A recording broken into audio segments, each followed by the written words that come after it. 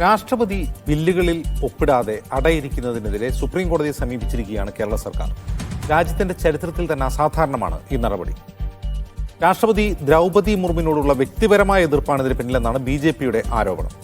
തെരഞ്ഞെടുപ്പ് കാലത്ത് നടത്തുന്ന സ്ഥിരം അടവ് മാത്രമാണിതെന്ന് പ്രതിപക്ഷവും ആരോപിക്കുന്നു. രാഷ്ട്രപതിയുടെ സെക്രട്ടറിയെയും ഗവർണറെയും കക്ഷി ചേർത്തുള്ള ഈ ഹർജിയുടെ രാഷ്ട്രീയ പ്രാധാന്യം എന്താണ്? സ്വാഗതം. സ്പെഷ്യൽ എഡിഷനിലേക്ക് നമ്മുടെ അതിഥികളായി CPM നേതാവ് A. സമ്പത്ത്, കോൺഗ്രസ് വക്താവ് വസന്ത് തെങ്ങുംപള്ളി, BJP വക്താവ് ഉല്ലാസ് ബാബു, ലോക്സഭാ മുൻ സെക്രട്ടറി ജനറൽ PDT ആചാരി എന്നിവർ. ആദ്യം PDT ആചാരി. ശ്രീ PDT ആചാരി, ഇത് അപൂർവങ്ങളിൽ അപൂർവമായ ഒരു നിയമ നടപടിയല്ലേ? ഇതിന്റെ ഭരണഘടനാ സാധുത എന്താണ്?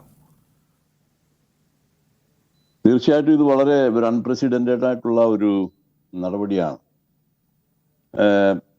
ഇപ്പോൾ പ്രസിഡന്റിന്റെ ഈ അസന്റ് കൊടുക്കുന്ന ആ ഒരു പ്രോസസ്, അതിനെക്കുറിച്ച് 1983 സുപ്രീം കോടതിയുടെ ഒരു ഒരു വിധിയുണ്ട്. അപ്പം അതിൽ അവർ പറയുന്നത് ഇത് അസന്റ് എന്ന് പറയുന്നത് ജസ്റ്റിസബിൾ അല്ല എന്നൊരു നിലപാടാണ് അന്ന് സുപ്രീം കോടതി സ്വീകരിച്ചിരുന്നത്. ജസ്റ്റിസബിൾ അല്ല എന്ന് പറഞ്ഞാൽ അതിനെതിരായിട്ട് കേസ് കൊടുക്കാൻ പറ്റില്ല എന്നർത്ഥം, കോടതി അതിൽ ഇടപെടില്ല എന്നർത്ഥം.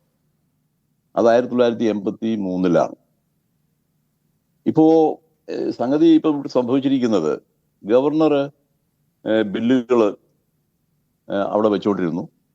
അത് തീരുമാനമൊന്നും എടുക്കാതെ അവസാനം സുപ്രീം കോടതിയിൽ ആ കേസ് വന്നപ്പോൾ അദ്ദേഹം ഇതെടുത്ത് നേരെ പ്രസിഡന്റിന് അയച്ചു കൊടുത്തു. അപ്പൊ പ്രസിഡന്റ് അതിൽ ഒരു ബില്ലോ മറ്റോ അസന്റ് കൊടുത്തു എന്നാണ് ഞാൻ അറിയുന്നത്. ബാക്കി 3-4 എണ്ണം കൊടുക്കാതെ വിത്ത്ഹോൾഡ് ചെയ്തു, അതായത് അസന്റ് നിഷേധിച്ചു. ഇതാണ് അവസ്ഥ. അപ്പൊ ഈ അവസ്ഥയിലാണ് ഇപ്പോൾ എനിക്ക് തോന്നുന്നത് കേരള ഗവൺമെന്റ് ഇപ്പോൾ ഈ കോടതി പോയിരിക്കുന്നത്. സുപ്രീം കോടതിയിൽ സുപ്രീം കോടതി എനിക്ക് മനസ്സിലായിടത്തോളം ചലഞ്ച് ചെയ്തിരിക്കുന്നത് 2 കാര്യങ്ങളിലാണ്. ഒന്ന്, ഈ പ്രസിഡന്റിന് അങ്ങനെ അനിശ്ചിതകാലത്തേക്ക് ഒരു ബില്ലിൽ തീരുമാനമെടുക്കാതെ വെച്ചുകൊണ്ടിരിക്കാൻ പറ്റുമോ എന്നുള്ളതും, രണ്ടാമത് ഈ അസന്റ് നിഷേധിക്കുമ്പോൾ അതിനൊരു കാരണം കാണിക്കേണ്ട ആവശ്യമില്ലേ എന്നുള്ളൊരു ചോദ്യം. ഈ 2 കാര്യങ്ങളാണെന്നാണ് എനിക്ക് തോന്നുന്നത് ഇതിന്റെ പെറ്റീഷനിലുള്ള അതിന്റെ മെയിൻ പോയിന്റ്സ് എന്ന് പറയുന്നത്. ഇത് രണ്ടിനെയും നമ്മൾ പരിശോധിച്ചാൽ, ഒന്ന്, നമ്മുടെ കോൺസ്റ്റിറ്റ്യൂഷന്റെ 200 ആർട്ടിക്കിൾ, 200, 201 ഈ 2 ആർട്ടിക്കിൾസ് ആണ് ഇതിന് റെലവെന്റ് ആയിട്ടുള്ളത്. 201 അനുസരിച്ചാണ് ബില്ല് പ്രസിഡന്റിന് ഈ ഗവർണർ അയക്കുമ്പോൾ ഉണ്ടാകുന്ന, അതിനുശേഷം എന്താണ് പ്രസിഡന്റ് ചെയ്യേണ്ടത് എന്നുള്ളതിനെ കുറിച്ച് പറഞ്ഞിരിക്കുന്നത്. അപ്പൊ അതില് ബില്ല് അയച്ചു കഴിഞ്ഞാൽ ഒന്നുകിൽ പ്രസിഡന്റ് അസെന്റ് ചെയ്യാം, അല്ലെങ്കിൽ റെഫ്യൂസ് ചെയ്യാം. ഇതല്ലെങ്കിൽ മൂന്നാമത്തെ ഒരു ഓപ്ഷൻ എന്ന് പറയുന്നത് തിരിച്ച് അസംബ്ലിക്ക് വിട്ടുകൊടുക്കുക റീകൺസിഡറേഷന് വേണ്ടി. അപ്പൊ റീകൺസിഡറേഷന് വിട്ടുകൊടുത്തു കഴിഞ്ഞ് അത് അസംബ്ലി അതേ രീതിയിൽ തന്നെ അത് പാസ്സാക്കി പ്രസിഡന്റിന് ഗവർണർ വഴി അയച്ചു കൊടുത്തു കഴിഞ്ഞാൽ പ്രസിഡന്റിന് കൺസിഡറേഷന് വേണ്ടി അയച്ചു കൊടുക്കാം എന്ന് മാത്രമേ പറയുന്നുള്ളൂ ഈ ഭരണഘടന, ഈ പ്രൊവിഷനിൽ 201. അതേസമയത്ത് 200 ആണെങ്കിൽ ഗവർണറുടെ ഈ അസന്റിനെ സംബന്ധിക്കുന്ന പ്രൊവിഷനാണ് അതിനകത്തുള്ളത്. അതായത് അസംബ്ലി റീകൺസിഡർ ചെയ്തിട്ട് ഗവർണർക്ക് അയച്ചു കൊടുക്കുന്ന ബില്ല് ഗവർണർ അസന്റ് കൊടുത്തിരിക്കണമെന്നാണ് പറയുന്നത്. അപ്പൊ ഈ ഒരു വ്യത്യാസം ഇതിനകത്ത് വന്നിട്ടുണ്ട്. പ്രസിഡന്റിന്റെ കാര്യത്തിലാണെങ്കിൽ അങ്ങനെ അത് ഒബ്ലിഗേറ്ററി അല്ല പ്രസിഡന്റിന്. അദ്ദേഹത്തെ കൺസിഡറേഷന് വേണ്ടി അയക്കാമെന്ന് മാത്രമേ പറയുന്നുള്ളൂ. പ്രസിഡന്റ് അതിൽ അസന്റ് കൊടുക്കണം എന്ന് പറയുന്നില്ല. ഇതിലൊരു കാര്യം നമ്മൾ മനസ്സിലാക്കേണ്ടത്, പ്രസിഡന്റ് എന്ന് പറയുന്ന ഒരു വലിയ കോൺസ്റ്റിറ്റ്യൂഷണൽ അതോറിറ്റിയാണ്, ഹെഡ് ഓഫ് ദ സ്റ്റേറ്റ്. അപ്പം ഈ പ്രസിഡന്റ് ഒരു ഡിസിഷൻ എടുക്കുമ്പോൾ, ആഫ്റ്റർ ഓൾ പ്രസിഡന്റിന്റെ ഡിസിഷൻ എന്ന് പറയുന്നത് നമുക്കറിയാം അത് യൂണിയൻ ഗവൺമെന്റിന്റെ ഡിസിഷനാണ്. കാരണം പ്രസിഡന്റ് സ്വന്തമായി ഒരു ഡിസിഷൻ എടുക്കാൻ പറ്റില്ല. അത് കേന്ദ്ര ഗവൺമെന്റിന്റെ എയ്ഡ് ആൻഡ് അഡ്വൈസ് അനുസരിച്ച് മാത്രമേ പ്രസിഡന്റിന് പ്രവർത്തിക്കാൻ പറ്റുകയുള്ളൂ. അതുകൊണ്ട് ഈ ബില്ല് ഇത് അസന്റ് കൊടുക്കണോ വേണ്ടയോ എന്നൊക്കെ ഉള്ളത് തീരുമാനിക്കുന്ന, വാസ്തവം പറഞ്ഞാൽ സെൻട്രൽ ഗവൺമെന്റ് ആണ്, യൂണിയൻ ഗവൺമെന്റ് ആണ്. അവരുടെ ഉപദേശം അനുസരിച്ചാണ് പ്രസിഡന്റ് പ്രവർത്തിക്കുന്നത്. അപ്പൊ അതില് കാരണം കാണിക്കുക എന്നുള്ളതൊരു ഇഷ്യൂ ആണല്ലോ ഇപ്പൊ വന്നിരിക്കുന്നത്. ഇത് മുമ്പ് അങ്ങ് ഇതുണ്ടായിട്ടില്ല, ഇങ്ങനൊരു പ്രശ്നം. കാരണം കാണിക്കുക, എന്തൊരു കാരണം കാണിക്കണം എന്നുള്ളതിനെ കുറിച്ച് നമ്മൾ ചിന്തിക്കുമ്പോൾ, എല്ലാ കോൺസ്റ്റിറ്റ്യൂഷണൽ അതോറിറ്റീസും ഡിസിഷൻ എടുക്കുമ്പോൾ അത് അതിന് കാരണം കൂടെ കാണിക്കണം. അതാണ് അതിൻ്റെ റീസണബിളായ രീതി. അതാണ് ഈ സ്പീക്കിംഗ് ഓർഡർ എന്നൊക്കെ സാധാരണ ഈ ലീഗലായിട്ട് പറയാറുണ്ട്. സ്പീക്കിംഗ് ഓർഡർ എന്ന് പറഞ്ഞാൽ കാരണങ്ങളാണ് അതിനകത്ത് കാണിക്കുന്നത്. ഒരു ഓർഡർ വെറുതെ അങ്ങ് കൊടുത്താൽ പറ്റില്ല, അതിന് കാരണം കൂടെ കാണിക്കണം. അപ്പോൾ ഒരു അസംബ്ലി പാസ്സാക്കുന്ന ഒരു ബില്ല് അത് ചുമ്മാ അതൊരു ഫോർമാലിറ്റി അല്ലല്ലോ. അസംബ്ലി എന്ന് പറഞ്ഞൊരു കോൺസ്റ്റിറ്റ്യൂഷണൽ ബോഡിയാണ്. അതിനൊരു ഒരു well defined area of legislation ഉണ്ട്. അതിൽ ഉൾപ്പെടുന്ന ഏത് വിഷയത്തിനെ കുറിച്ചും അവർക്ക് നിയമം ഉണ്ടാക്കാനുള്ള അധികാരമുണ്ട്. അങ്ങനെ ഒരു അസംബ്ലി ഒരു ബില്ല് പാസ്സാക്കുമ്പോൾ അത് ഒന്നുകിൽ ഗവർണർ അതിന് തീരുമാനമെടുക്കാതെ വെച്ചുകൊണ്ടിരിക്കുക, അല്ലെങ്കിൽ അദ്ദേഹം രാഷ്ട്രപതിക്ക് അയച്ചു കഴിഞ്ഞാൽ രാഷ്ട്രപതി തീരുമാനമെടുക്കാതെ വെച്ചുകൊണ്ടിരിക്കുക, അല്ലെങ്കിൽ അവസാനം രാഷ്ട്രപതി അതിന് അസന്റ് നിഷേധിക്കുക. പക്ഷെ അതിനൊരു കാരണവും കാണിക്കാതെ നിഷേധിക്കുക, ഒരു കാരണവും പറയാതെ. ഇത് കോൺസ്റ്റിറ്റ്യൂഷനിൽ അങ്ങനെ ഒരു ഓബ്ലിഗേഷൻ ഇല്ല, കോൺസ്റ്റിറ്റ്യൂഷൻ അങ്ങനെ പറയുന്നില്ല എന്നുള്ളത് ശരിയാണ്. പക്ഷെ എന്നിരുന്നാൽ പോലും ഇപ്പോ എൻ്റെ ഒരു അഭിപ്രായത്തില് അസംബ്ലിക്ക് അറിയണ്ടേ എന്തുകൊണ്ടാണ് പ്രസിഡന്റ് അസംബ്ലി പാസ്സാക്കിയ ആ ബില്ലിന് അനുമതി നിഷേധിച്ചതെന്നുള്ളത്. കാരണം അത് അറിഞ്ഞിട്ട് വേണമല്ലോ അതനുസരിച്ച് വേണ്ട മാറ്റങ്ങൾ വരുത്തി വീണ്ടും ഇത് അസംബ്ലിയിൽ അതുപോലുള്ള ആ വിഷയത്തിനെ സംബന്ധിക്കുന്ന ബില്ല് കൊണ്ടുവരാനും നിയമം പാസ്സാക്കാനും ഒക്കെയുള്ള അവസരം ഉണ്ടാവുന്നത്. അത് കാരണങ്ങൾ അറിയാതെ എങ്ങനെയാ പറ്റുക? അപ്പൊ അതുകൊണ്ട് തന്നെ അത് വളരെ റീസണബിളായ ഒരു ഡിമാൻഡ് ആണെന്നാണ് എനിക്ക് അതിനെക്കുറിച്ച് തോന്നിയിട്ടുള്ളത്. ശരി, പിടികിട്ടി. അതിനെ ഞാൻ വരാം അങ്ങയിലേക്ക്. ഡോക്ടർ ഐ സമ്പത്ത്, എങ്കിൽ തന്നെയും ഇതിൽ അസാധാരണമായ നടപടി ഗവർണറുടെ ഭാഗത്തുനിന്നും രാഷ്ട്രപതിയുടെ ഭാഗത്തുനിന്നും ഉണ്ടാവുന്നുണ്ട്. കാരണം എന്ത് കാരണത്താലാണ് ഇത് വിത്ത്ഹോൾഡ് ചെയ്ത് വെച്ചിട്ടുള്ളത് എന്നുള്ളതിനെക്കുറിച്ച് നമുക്കറിയില്ല. അപ്പോൾ അത് അറിയാനുള്ള അവകാശം സഭകൾക്കുണ്ട്, നിയമസഭകൾക്കുണ്ട്. എങ്കിൽ പോലും ഇതിൽ രാഷ്ട്രപതിയുടെ സെക്രട്ടറിയൊക്കെ കക്ഷി ചേർക്കുക, അതായത് രാഷ്ട്രപതിക്കെതിരെയാണ് സാങ്കേതികമായി ഈ ഹർജി പോകുന്നത്, അത് അപൂർവമാണ്. അത്രയും കടന്ന കൈയൊക്കെ ആവശ്യമുണ്ടോ ഈ ഘട്ടത്തിൽ? അജിംസ്, നമ്മൾ ഈ ചർച്ച തുടങ്ങുന്നതിന് മുമ്പ് ഒരു യൂണിയൻ സഹമന്ത്രിയുടെയും അതുപോലെ തന്നെ കേരളത്തിലെ പ്രതിപക്ഷ നേതാവിൻ്റെയും അഭിപ്രായ പ്രകടനങ്ങൾ നമ്മളിങ്ങനെ ഏതാനും സെക്കൻഡ് കണ്ടു. അവർ രണ്ടുപേരും പറഞ്ഞ കാര്യങ്ങൾ ബഹുമാനം അവരോട് നിലനിർത്തിക്കൊണ്ട് തന്നെ പറയട്ടെ, അവർ രണ്ടുപേരും പറഞ്ഞ കാര്യങ്ങൾ വസ്തുതാവിരുദ്ധമാണ്. അതിന് രാഷ്ട്രീയമായ പൊളിറ്റിക്കൽ അണ്ടർടോൺസ് എല്ലാം അതിൽ ആദ്യം പറഞ്ഞ ആളിൻ്റെ സഹമന്ത്രിയുടെ ഭാഷ്യത്തിൽ നിന്നെല്ലാം ഉണ്ട്. ഞാൻ അതിലേക്ക് മറ്റു കാര്യങ്ങളിലേക്കൊന്നും കിടക്കുന്നില്ല. ഇന്ത്യയുടെ പാർലമെൻറ്റ് എന്നത് രാഷ്ട്രപതിയും പാർലമെൻറ്റ് അംഗങ്ങൾ ചേർന്നത് രാഷ്ട്രപതിയെ അവിടെ ആ ചടങ്ങിലേക്ക്, ഉദ്ഘാടന ചടങ്ങിലേക്ക് ക്ഷണിച്ചിരുന്നത് പോലുമില്ല. ആ കാര്യത്തെ സംബന്ധിച്ചുള്ളത് ഇപ്പോഴും അത് തർക്കവിഷയമാണ്, എന്തുകൊണ്ട് BJP തന്നെ അങ്ങനെ ചെയ്തില്ല എന്നുള്ളത്. ഇവിടെ ഒന്നാമതായി മനസ്സിലാക്കേണ്ടുന്ന കാര്യം, രാഷ്ട്രപതിക്കെതിരെ കേരളം സുപ്രീം കോടതിയെ സമീപിച്ചിട്ടില്ല. രാഷ്ട്രപതിയായിരുന്ന പ്രണബ് മുഖർജിക്കെതിരായി കേസ് കൊടുത്ത ചരിത്രം ചില BJP നേതാക്കൾക്കുണ്ട്. അജിംസിന് ഓർമ്മയുണ്ടോ എന്തോ, അന്ന് പ്രണബ് മുഖർജി രാഷ്ട്രപതിയായിരുന്ന വേളയിൽ അദ്ദേഹത്തിനെതിരായി കേസ് കൊടുത്തത്. അതുപോലല്ല ഈ വിഷയം. രാഷ്ട്രപതിയും ഗവർണറും എടുക്കുന്ന, ഒരു സംസ്ഥാനത്തെ ഗവർണറും എടുക്കുന്ന തീരുമാനങ്ങൾ ജുഡീഷ്യൽ റിവ്യൂവിൻ്റെ അത് ഇന്ത്യൻ സുപ്രീം കോടതിയും അമേരിക്കൻ സുപ്രീം കോടതിയും അത്തരത്തിൽ ലോകത്തിലെ ജനാധിപത്യ രാഷ്ട്രങ്ങൾ നിലനിൽക്കുന്ന പല രാജ്യങ്ങളിലും ജുഡീഷ്യറി അത്തരത്തിൽ ഈ നിഷ്പക്ഷവും നീതിപൂർവവുമായിരിക്കണമെന്നും ഇത് എക്സിക്യൂട്ടീവിൽ നിന്നും ലെജിസ്ലേച്ചറിൽ നിന്നും ഡിറ്റാച്ച്ഡ് ആയിട്ട് അത്തരത്തിൽ പ്രവർത്തിക്കുന്ന വ്യത്യസ്തമായിട്ടുള്ള, അത് ഇന്ത്യൻ പ്രസിഡൻറ്റിൻ്റെ തെരഞ്ഞെടുപ്പ് പോലും ചോദ്യം ചെയ്യാനും, അത് അങ്ങനെ ചോദ്യം ചെയ്യപ്പെട്ടൊരു ഹർജി വന്നാൽ ആ തെരഞ്ഞെടുപ്പ് നീതിപൂർവമായും നിഷ്പക്ഷമായും അല്ല നടന്നത്, ചണ്ഡീഗഡിലെ മേയർ തെരഞ്ഞെടുപ്പ് പോലെയാണ് എങ്കിൽ ഇത്തരത്തിലുള്ള ആ രാഷ്ട്രപതിയുടെ തെരഞ്ഞെടുപ്പ് റദ്ദാക്കാനും അധികാരമുള്ള കോടതിയാണ് ഇന്ത്യയുടെ സുപ്രീം കോടതി എന്ന കാര്യം നമ്മൾ ഓർക്കണം. ഇവിടെ SR ബൊമ്മ കേസിലും രാമേശ്വർ പ്രസാദ് കേസിലും സുപ്രീം കോടതി അസന്നിഗ്ധമായി പ്രഖ്യാപിച്ചിട്ടുള്ളൊരു കാര്യം, രാഷ്ട്രപതിയുടെയും ഗവർണർമാരുടെയും എല്ലാം എടുക്കുന്ന തീരുമാനങ്ങൾ ജുഡീഷ്യൽ റിവ്യൂവിൻ്റെ പരിധിയിൽ വരും എന്നുള്ളതാണ്, ജുഡീഷ്യൽ റിവ്യൂവിൻ്റെ പർവ്യൂവിൽ വരുമെന്നാണ്. ആ വിധിയുടെ അടിസ്ഥാനത്തിൽ കൂടിയാണ് ഇവിടെ കേരള സംസ്ഥാനത്തെ ഈ നിയമസഭ പാസാക്കിയ ബില്ലുകൾ, ആ 7 ബില്ലുകൾ, സുപ്രധാനമായ ബില്ലുകൾ ബഹുമാനപ്പെട്ട കേരള ഗവർണറുടെ മുന്നിലേക്ക് പോയി. അതിൽ 3 ബില്ലുകൾ അജിംസും കൂടി മനസ്സിലാക്കാനുള്ളത് ഓർഡിനൻസുകളായിരുന്നത് പിന്നീട് ബില്ലായി വന്നതാണ്. ഒരു ഓർഡിനൻസ് നേരത്തെ തന്നെ അത്തരത്തിൽ പാസ്സാക്കപ്പെട്ടപ്പോൾ എങ്ങനെയാണ് ഓർഡിനൻസ് വന്നത്? അത് യൂണിയൻ ഗവൺമെൻറ്റിൻ്റെതാണെങ്കിൽ രാഷ്ട്രപതിയുടെ പ്രൊമൾഗേഷനാണ് അല്ലേ? ഇപ്പോൾ ഇവിടെ ശ്രീ PDT ആചാര്യ ഉണ്ടല്ലോ. ഇവിടെ നമ്മുടെ സംസ്ഥാനത്താണ് എങ്കിൽ എങ്ങനെയാണ്? അത് ഗവർണറാണ്, ഏത് സംസ്ഥാനത്തും ഗവർണറാണല്ലോ അത് പ്രൊമൾഗേറ്റ് ചെയ്യുന്നത്. അപ്പോൾ താൻ തന്നെ നേരത്തെ ഒപ്പുവെച്ച് വിളംബരം ചെയ്ത് അങ്ങനെ വിജ്ഞാപനം ചെയ്തിട്ടുള്ളതായ 3 ഓർഡിനൻസുകൾ അത് ബില്ലായി വരുന്നതിലും അദ്ദേഹം എടുത്ത നിലപാട് എന്തെന്നുള്ളത് സംബന്ധിച്ച് പറയണം. ഇവിടെ ഇത് മാത്രമല്ല, നിയമനിർമ്മാണ സഭകൾ പാസ്സാക്കിയ ബില്ലുകൾ പിടിച്ചുവെക്കുന്നതിനെ സംബന്ധിച്ചുള്ളത് എന്നുള്ളത്, ഇവിടെ സുപ്രീം കോടതി ഇത് സംബന്ധിച്ച് പഞ്ചാബ് സംസ്ഥാനവുമായി ബന്ധപ്പെട്ട ഒരു വിഷയത്തിൽ സുപ്രീം കോടതി എടുത്തൊരു കാര്യമുണ്ട്. അതിൽ സുപ്രീം കോടതി പറയുകയുമുണ്ടായി, കേരള സംസ്ഥാനത്തെ ഗവർണർ ഈ വിധിന്യായം ഒന്ന് വായിച്ചു നോക്കണം എന്നുള്ളത്. വാസ്തവത്തിൽ കേരളത്തിലെ ഗവർണർക്ക് തലയ്ക്ക് കൊട്ട് കിട്ടിയപ്പോഴാണ് ഇവിടെ പിടിച്ചു വച്ചിരുന്നതായ ബില്ലുകൾ, ആ ബില്ലുകളിൽ ചിലത് ബഹുമാനപ്പെട്ട രാഷ്ട്രപതിക്കായി അങ്ങോട്ടേക്ക് അയച്ചത്. യഥാർത്ഥത്തിൽ ആ ബില്ലുകൾ, നമുക്ക് സമയച്ചുരുക്കമുണ്ട്, ഞാനതുകൊണ്ട് മറ്റു കാര്യങ്ങളിലേക്ക് കിടക്കുകയല്ല. ഇത് യൂണിയൻ ഗവൺമെൻറ്റും സംസ്ഥാന ഗവൺമെൻറ്റും തമ്മിലുള്ള ഏതെങ്കിലും അധികാര തർക്കവുമായി ബന്ധപ്പെടുന്ന എന്തെങ്കിലും വിഷയമാണോ? ഈ 7 ബില്ലുകളും അത്തരത്തിലുള്ള ഒരു വിഷയമേ അല്ല. ആ 7 ബില്ലുകളും സംസ്ഥാനങ്ങളുടെ അധികാരം, അത് കേരള സംസ്ഥാനത്തിൻ്റെ അധികാരവുമായി ബന്ധപ്പെട്ട് വരുന്നതാണ് ആ ബില്ലുകളെ സംബന്ധിച്ചുള്ളത്. ഇനി ഗവർണറെ സംബന്ധിച്ചുള്ളത് എന്താണ്?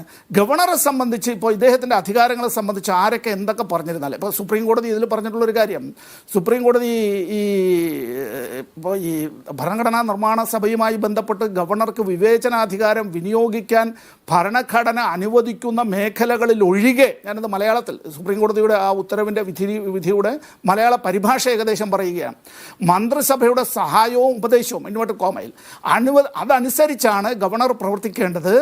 ഗവൺമെൻറ്റിൻ്റെ തിരഞ്ഞെടുക്കപ്പെട്ട ഭുജത്തിനാണ്, അതായത് നിയമനിർമ്മാണ സഭ, ലെജിസ്ലേച്ചറിനാണ് സംസ്ഥാനത്തിൻ്റെ ഭരണത്തെ ബാധിക്കുന്ന കാര്യങ്ങളിൽ തീരുമാനമെടുക്കാനുള്ള അധികാരം. ഇത് സുപ്രീം കോടതിയുടേതായ ജഡ്ജ്മെൻറ്റിൻ്റെ ഭാഗമാണ്.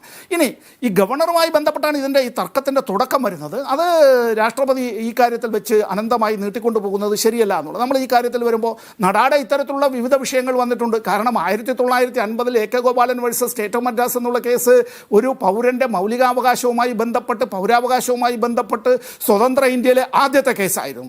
ഇപ്പോൾ ആർട്ടിക്കിൾ 131 ഉപയോഗിച്ചുകൊണ്ട്, ഇൻവോക്ക് ചെയ്തുകൊണ്ട് കേരള സംസ്ഥാനം ഈ യൂണിയൻ ഗവൺമെൻറ്റുമായി ബന്ധപ്പെട്ടുള്ള ഇപ്പോഴത്തെ ഈ ധനകാര്യ ഇടപാടുകളുമായി ബന്ധപ്പെട്ടുള്ള നമ്മൾ അത്തരത്തിലുള്ളൊരു കേസിനെ സംബന്ധിച്ച് കേൾക്കുന്നു, വിധിന്യായം വരാനിരിക്കുകയാണ്. അത് ആദ്യത്തേതാണ്. മറ്റ് സംസ്ഥാനങ്ങളും പല രീതിയിൽ ഇത്തരത്തിലുള്ള കേസുകൾ നൽകിയിട്ടുണ്ട്. അതിൽ ആർട്ടിക്കിൾ 32 ഉപയോഗിക്കണോ 131 ഉപയോഗിക്കണോ എന്നുള്ള ചോദ്യങ്ങളെല്ലാം വന്നിട്ടുണ്ട്. ഇനി വേറൊരു കാര്യം, ഇവിടെ ഈ ഡോക്ടർ അംബേദ്കർ ഭരണഘടനാ നിർമ്മാണ സഭയിൽ പറഞ്ഞിട്ടുള്ളത്, ഇത് ഓൺ റെക്കോർഡാണ്. ഇപ്പോൾ ശ്രീ PDT ആചാര്യ ഉണ്ടല്ലോ, the governor under the constitution has no functions which he can discharge by himself, semicolon. No functions at all, full stop. While he has no functions, he has certain duties to perform. ആ ഡ്യൂട്ടീസിൽ അംബേദ്കർ തന്നെ പറയുന്നുണ്ട്, തിരഞ്ഞെടുക്കപ്പെട്ട ലെജിസ്ലേച്ചറിനെ bypass ചെയ്യാനും അതിനെ അടിച്ചമർത്തിക്കൊണ്ട് അത്തരത്തിലൊരു ഏജൻ്റായും പ്രവർത്തിക്കാനുള്ളതല്ല governor സ്ഥാനങ്ങൾ എന്നുള്ളത്. ഇനി ഭരണഘടനയും ഈ യൂണിയൻ ഗവൺമെൻറ്റും സംസ്ഥാന ഗവൺമെൻറ്റുകളും തമ്മിലുള്ള ബന്ധത്തെ സംബന്ധിച്ച് പഠിക്കുന്നതിന് നേരത്തെ സർക്കാർ കമ്മീഷൻ്റെ റിപ്പോർട്ട്, പുഞ്ചി കമ്മിറ്റിയുടെ റിപ്പോർട്ട്, വെങ്കടചലയുടെ റിപ്പോർട്ട്, ഈ അഡ്മിനിസ്ട്രേറ്റീവ് റിഫോംസ് കമ്മിറ്റിയുടെ റിപ്പോർട്ട്, ആ റിപ്പോർട്ടുകളിലെല്ലാം പറയുന്ന കാര്യങ്ങൾ ഇപ്പോൾ പ്രതിപക്ഷത്തിരിക്കുമ്പോൾ ബി ജെ പിയുടെ നേതാക്കളെല്ലാവരും അംഗീകരിച്ചിട്ടുള്ള കാര്യങ്ങൾ ഇവിടെ അവർ ഭരണത്തിലിരിക്കുമ്പോൾ വല്ലാതെ വെപ്രാളത്തിൽ ഇങ്ങനെ ഗവർണറെയും അതുപോലെ തന്നെ ആ ഗവർണർ എടുക്കുന്ന തീരുമാനങ്ങൾ അതുമായി ബന്ധപ്പെട്ടാണ് ഇത് ഈ സുപ്രീം കോടതിയിലേക്ക് പോയിട്ടുള്ളത്. ഇപ്പോൾ ഇതിൽ തന്നെ ആർട്ടിക്കിൾ 200 അനുച്ഛേദം 200-ലാണെങ്കിൽ ഇപ്പോൾ ഗവർണർ ഒരു നിയമനിർമ്മാണ സഭ പാസ്സാക്കിയ ബില്ലിന്മേൽ അടയിരിക്കാൻ കഴിയില്ല. ശരി, അപ്പോൾ എന്താ ചെയ്യുക? 3 കാര്യങ്ങൾ. ഒന്നുകിൽ അദ്ദേഹത്തിൻ്റെതായ അംഗീകാരം നൽകുക, അസെൻറ്റ് നൽകുക, അല്ല എങ്കിൽ തിരിച്ച് സംസ്ഥാന നിയമസഭയിലേക്ക് തന്നെ അയക്കുക. അയച്ചാൽ അവർ അതുപോലെ തന്നെ പാസ്സാക്കി തിരിച്ചയച്ചാൽ ഭരണഘടനാപരമായി അത് ഒപ്പിടുകയല്ലാതെ വേറെ മാർഗ്ഗമില്ല. മൂന്നാമത്തെ മാർഗ്ഗം എന്നുള്ളത് ഒരു തപാലാഫീസിൻ്റെ ആ ഒരു ചുമതല, ഞാനങ്ങനെ പറയുന്നതിൽ എന്നോട് ഉല്ലാസിന് ദേഷ്യമൊന്നും തോന്നേണ്ടതില്ല, ഒരു പോസ്റ്റ് മാസ്റ്ററുടേതായിട്ടുള്ള ഒരു ചുമതല പോലെ ഇത് നേരെ എടുത്ത് അങ്ങനെ ഇക്കാര്യത്തെ സംബന്ധിച്ച് പരിശോധിക്കാതെ തന്നെ അങ്ങനെ രാഷ്ട്രപതിക്ക് അയക്കുക. ഈ രാഷ്ട്രപതിക്ക് അയച്ചതെപ്പോൾ എന്നുള്ളതിനെ സംബന്ധിച്ച് ഞാൻ അവിടെ ചോദിച്ചു, അതൊരു പ്രസക്തമായ വിഷയമാണ്. രാഷ്ട്രപതിക്ക് അയച്ച് രാഷ്ട്രപതി ഇക്കാര്യത്തെ സംബന്ധിച്ച് തിരിച്ചയച്ചാലും ഇവിടെ ആർട്ടിക്കിൾ 200 പറയുന്നത് ആ നിയമനിർമ്മാണ സഭ 6 മാസത്തിനുള്ളിൽ ഇക്കാര്യത്തെ സംബന്ധിച്ച് ഉചിതമായ തീരുമാനമെടുത്ത് ഇക്കാര്യത്തിൽ മുന്നോട്ട് പോകേണ്ടതിനെ സംബന്ധിച്ചാണ്. അപ്പോൾ നമ്മൾ തിരഞ്ഞെടുക്കുന്ന നമ്മുടെ MLA-മാരുൾപ്പെടെയുള്ള നിയമനിർമ്മാണ സഭയ്ക്ക് ഇതിനൊരു കാര്യങ്ങൾ ചെയ്യുന്നതിന് കാലാവധി പറയുക. എന്നാൽ ജനങ്ങളുടെ ഉത്തരവാദിത്വമില്ലാത്ത, ജനങ്ങൾ തിരഞ്ഞെടുത്തിട്ടില്ലാത്ത, ജനങ്ങളുടെ സമ്മതിദാനവുമായി യാതൊരു ബന്ധവുമില്ലാത്ത ചില ഗൂബർണറ്റോറിയൽ പോസ്റ്റുകൾ എന്നൊക്കെ പറയുമല്ലോ സായിപ്പിൻ്റെ ഭാഷയിൽ, അത്തരത്തിലിരിക്കുന്ന ആളുകളെ സംബന്ധിച്ച് ഇത് അനിശ്ചിതമായി അനന്തമായി ഇങ്ങനെ അടയിരിക്കാൻ കഴിയുക, ഇത് ഒരു കാരണവശാലും ഒരു ഒരു കോ ഓപ്പറേറ്റീവ് ഫെഡറലിസത്തിന് ചേർന്നതല്ല. ഞാൻ നേരത്തെ പറഞ്ഞ യൂണിയൻ ഗവൺമെൻറ്റും സംസ്ഥാന ഗവൺമെൻറ്റുകളും, ഞാൻ കേന്ദ്ര സംസ്ഥാന ഗവൺമെൻറ്റുകളെന്ന് ബോധപൂർവ്വം കേന്ദ്രം എന്ന പദം ഉപയോഗിക്കാത്തതാണ്. സെൻട്രൽ സ്റ്റേറ്റ് റിലേഷൻ്റെ കാര്യത്തിൽ യൂണിയൻ ഗവൺമെൻറ്റും സംസ്ഥാന ഗവൺമെൻറ്റുകളും തമ്മിലുള്ള കാര്യത്തിൽ ഒരു കാരണവശാലും ഇത്തരം കാര്യങ്ങളിൽ അടിമ ഉടമ ബന്ധവും മേലാള കീഴാള ബന്ധവുമല്ല. ഇവിടെ ഇക്കാര്യത്തിൽ ഭരണഘടന വിവക്ഷിക്കുന്ന നിലയിലുള്ള ഒരു സംസ്ഥാനത്തെ നിയമനിർമ്മാണ സഭയുടെ അധികാരാവകാശങ്ങളിന്മേൽ അത്തരത്തിൽ ഇന്ത്യ ഗവൺമെൻറ്റിൻ്റെ, യൂണിയൻ ഗവൺമെൻറ്റിൻ്റെ, അല്ല ഇനി കേന്ദ്ര ഗവൺമെൻറ്റിന് അജിംസ് പറഞ്ഞോളൂ, ഏജൻ്റായി അത്തരത്തിൽ ഒരു ഗവർണർ മാറുക എന്നുള്ളത് ഒരു കാരണവശാലും ശരിയല്ല. രാഷ്ട്രീയ ചട്ടുകമായി ഗവർണർമാർ മാറരുത് എന്ന് സർക്കാർ കമ്മീഷൻ റിപ്പോർട്ട് ഉൾപ്പെടെയുള്ള റിപ്പോർട്ടുകളിലെല്ലാം പറഞ്ഞിട്ടുള്ളതാണ്. അതെല്ലാം അട്ടിമറിക്കപ്പെട്ടുകൊണ്ടാണ് പ്രകടമായി അത്തരത്തിൽ ഇങ്ങനെ ഈ രാജ്ഭവനുകൾ ഇന്ന് രാഷ്ട്രീയ ഉപജാപങ്ങളുടെ വേദികളായി മാറുകയും വേളകൾ ഒരുക്കുകയും ചെയ്യുന്നത്. ശരി, ശ്രീ ഉല്ലാസ് ബാബു, ഇന്ന് മുൻ കേന്ദ്രമന്ത്രി കൂടിയായ വി മുരളീധരൻ പറയുന്നത് ദ്രൗപദി മുർമു എന്ന ഒരു വ്യക്തിക്കെതിരായിട്ടുള്ള CPM നിലപാടാണ് ഈ കേസെന്നാണ്. അവർ പ്രസിഡന്റായി വരുന്ന സമയത്ത് CPM എതിർത്തിട്ടുണ്ട്. ഒരു ആദിവാസി സ്ത്രീ പ്രസിഡന്റ് ആവുന്നതിനെതിരെ അന്ന് സ്വീകരിച്ച അതേ മനോനിലയാണ് ഇപ്പോൾ അവരെ ഈ കക്ഷി ചേർക്കുന്നതിലൂടെ ഉണ്ടായിട്ടുള്ളതാണ്. ഈ കേസിൽ രാഷ്ട്രപതി കക്ഷിയല്ല, രാഷ്ട്രപതി സെക്രട്ടറിയാണ് കക്ഷി ചേർന്നത്. രാഷ്ട്രപതി കക്ഷി ചേർക്കാൻ സാധിക്കുകയുമില്ല. പിന്നെ എന്തിനാണ് അങ്ങനെ വ്യാഖ്യാനിക്കുന്നത്?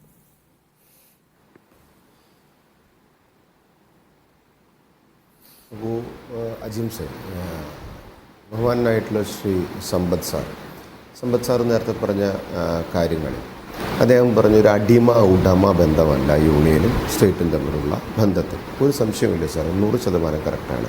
ഇതിനകത്തൊരു അടിമ ഉടമ ബന്ധങ്ങളൊന്നുമല്ല ഇതിനകത്ത്.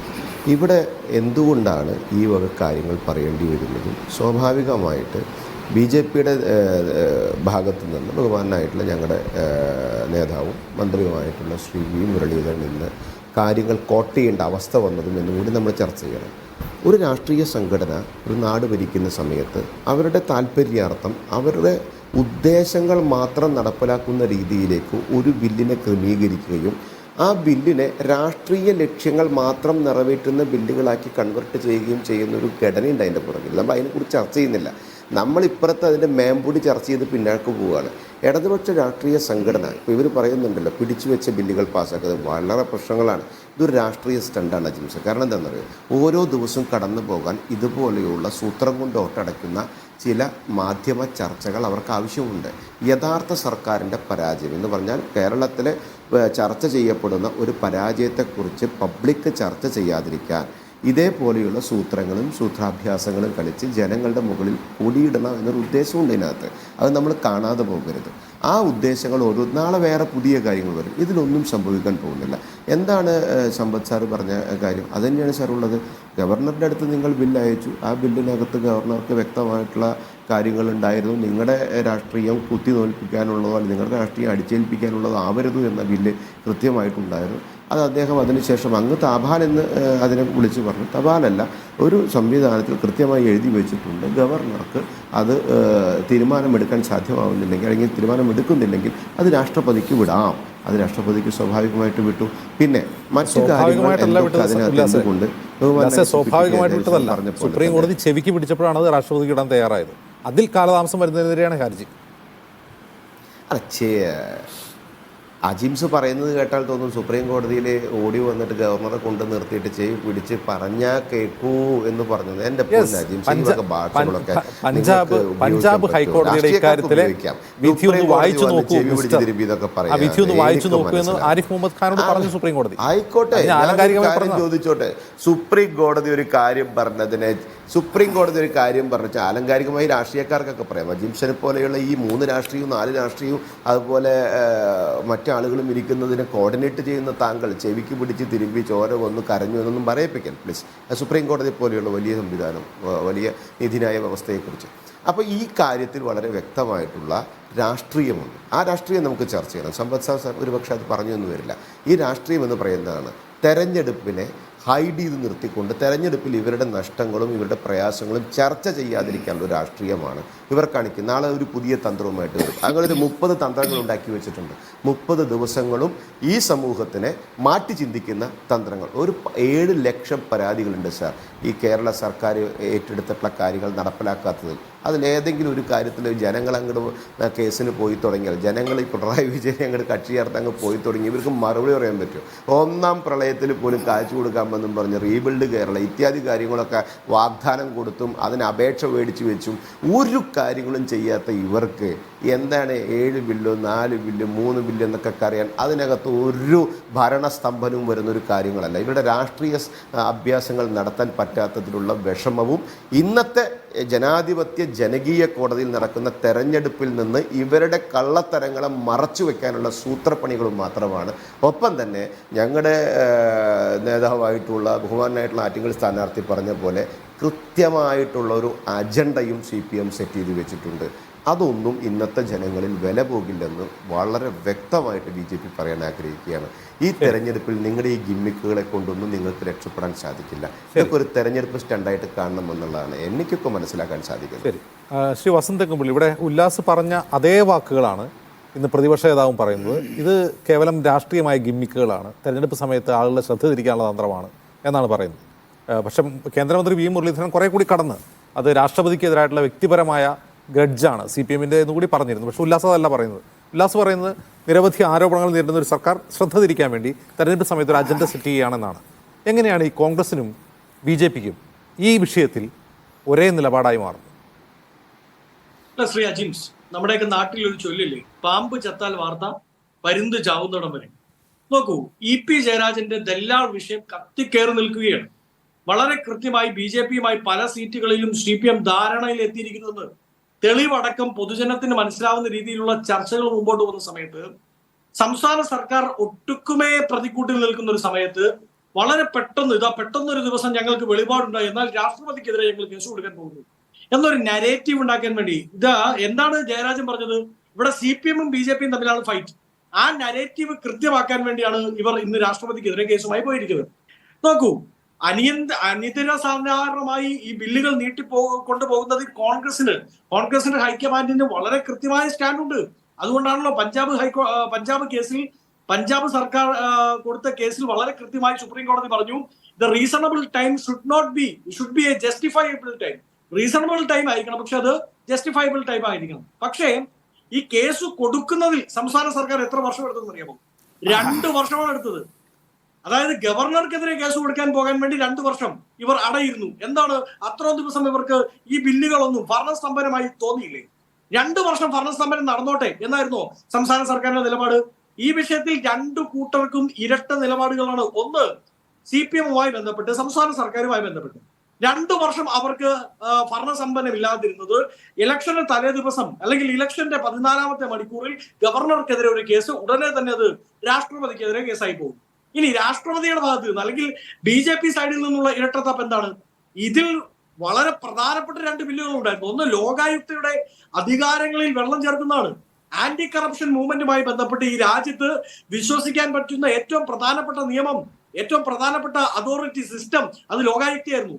ആ ലോകായുക്തയുടെ അധികാരങ്ങളിൽ മുഴുവൻ വെള്ളം ചേർത്ത് അഴിമതിക്ക് വാതിൽ മലക്കനെ തുറന്നിട്ട് കൊടുക്കുന്ന രീതിയിൽ, ആ രീതിയിൽ മുമ്പോട്ട് പോകാനുള്ള ബില്ലുമായിട്ടാണ് ഇവർ ആദ്യം ആരെ സമീപിച്ചത്? ഗവർണറെ സമീപിച്ചത്. ഗവർണർ പറഞ്ഞു, ഇതാ തന്നിരിക്കുന്ന 4 ബില്ലും ഞാൻ തൽക്കാലം പരിഗണിക്കുന്നില്ല എന്ന് പറഞ്ഞു. പക്ഷേ ഇത് രാഷ്ട്രപതിയുടെ അടുത്തേക്ക് എത്തിയപ്പോൾ ആദ്യം റിലാക്സേഷൻ കിട്ടിയത് ആ ബില്ലിലാണ്. യൂണിവേഴ്സിറ്റി ബില്ല് അടക്കം 2 ബില്ലുകളാണ് ഇനി മിച്ചമിരിക്കുന്നത്. അതിൽ BJP-യുടെ ഇരട്ടത്താപ്പ് വളരെ കൃത്യമാണ്. BJP ചെവിക്ക് പിടിക്കുമായിരുന്നെങ്കിൽ രാഷ്ട്രപതി, BJP എന്നുള്ളത് അവിടെ നിൽക്കട്ടെ, കേന്ദ്ര സർക്കാരോ രാഷ്ട്രപതിയോ president of India whatever it is, അവർ ചെവിക്ക് പിടിച്ച് മാറ്റി നിർത്തുമായിരുന്നെങ്കിൽ ഏറ്റവും ആദ്യം മാറ്റി വെക്കേണ്ട ബില്ല് ഈ ലോകായുക്തയുമായി ബന്ധപ്പെട്ട ബില്ലാണ്.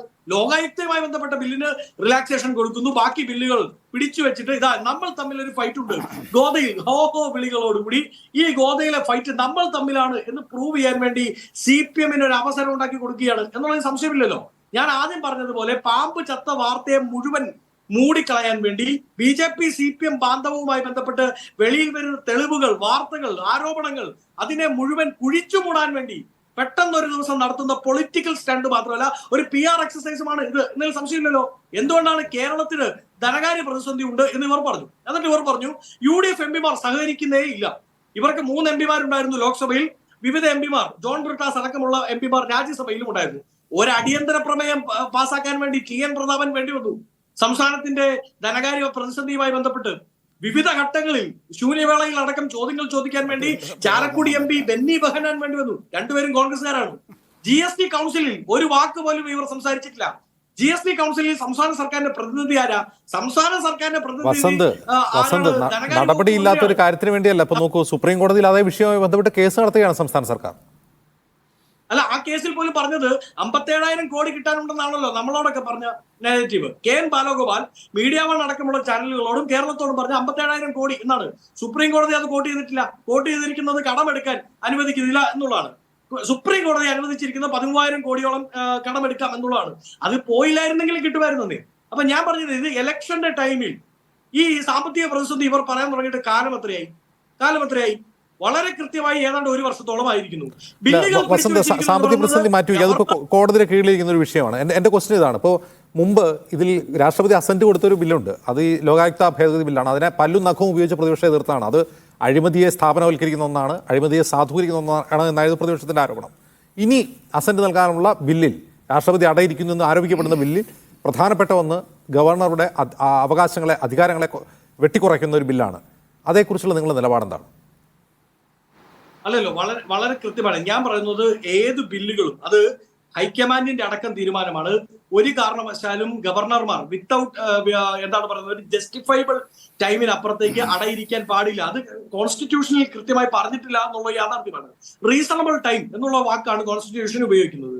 പക്ഷെ ആ റീസണബിൾ ടൈം ജസ്റ്റിഫൈബിൾ ടൈം ആയിരിക്കണം. കാര്യം ആ ബില്ല് ഇവൻ തോ അത് എന്താണ് പറയുന്നത്, എതിർപ്പ് ഉള്ള ബില്ലാണെങ്കിലും, ചില അധികാരങ്ങൾ എടുത്തു കളയുന്ന ബില്ലാണെങ്കിലും, അഴിമതിക്ക് വഴിവെക്കുന്ന ബില്ലാണെങ്കിലും, അത് നിയമമായി കഴിഞ്ഞാൽ നമുക്ക് അതിനെ കോടതിയിൽ ഡിഫെൻഡ് ചെയ്യാം, കോടതിയിൽ ചോദ്യം ചെയ്യാം. വളരെ കൃത്യമായ അതുമായി ബന്ധപ്പെട്ട നിയമ നടപടികളുമായി മുമ്പോട്ട് പോകാം. അതുകൊണ്ട് ഇത് വെച്ച് താമസിപ്പിച്ചത് കൊണ്ട് യാതൊരു പ്രയോജനവും ഇല്ല എന്ന് തന്നെയാണ് ഞങ്ങളുടെ നിലപാട്. പക്ഷേ ഈ വെച്ച് താമസിപ്പിക്കുന്നതും ആ വെച്ച് താമസിപ്പിക്കുന്നതിന്റെ പേരിൽ അവസാനത്തെ മണിക്കൂറിൽ, ആദ്യമേ തൊട്ട് ഇവർ ഈ നിലപാടെടുത്തിരുന്നെങ്കിൽ ഞങ്ങൾ ഇവരുടെ കൂടെ നിൽക്കുമായിരുന്നു. അവസാനത്തെ മണിക്കൂറിൽ, 14ാമത്തെ മണിക്കൂറിൽ സ്വപ്നം കണ്ട് ഞെട്ടി ഉണർന്നതുപോലെ ബില്ലിനെതിരെ യുദ്ധവുമായി ഇറങ്ങി പുറപ്പെടുന്നത് ഇലക്ഷൻ മുമ്പിൽ കണ്ടു തന്നെയാണ്. ഇതിൽ സംശയം വേണ്ട എന്നുള്ളതാണ് ഞങ്ങൾ. ശരി വസന്ത്. ശ്രീ PDT ആചാരി, ഈ കേസ് ഇത് വളരെ അസാധാരണമാണ് എന്നതുപോലെ തന്നെ ഒരു ഭരണഘടനാപരമായ വ്യാഖ്യാനം കൂടി സാധ്യമാവുന്ന ഒരു കേസാണ്.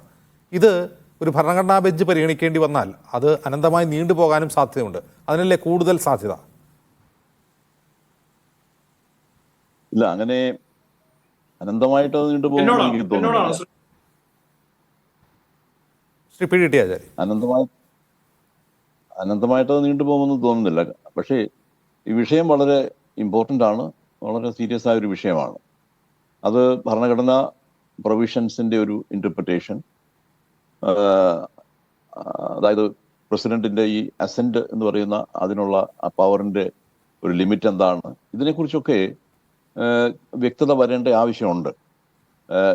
ഇതുവരെ ഒരു പക്ഷേ ഇങ്ങനെയുള്ള കാര്യങ്ങൾ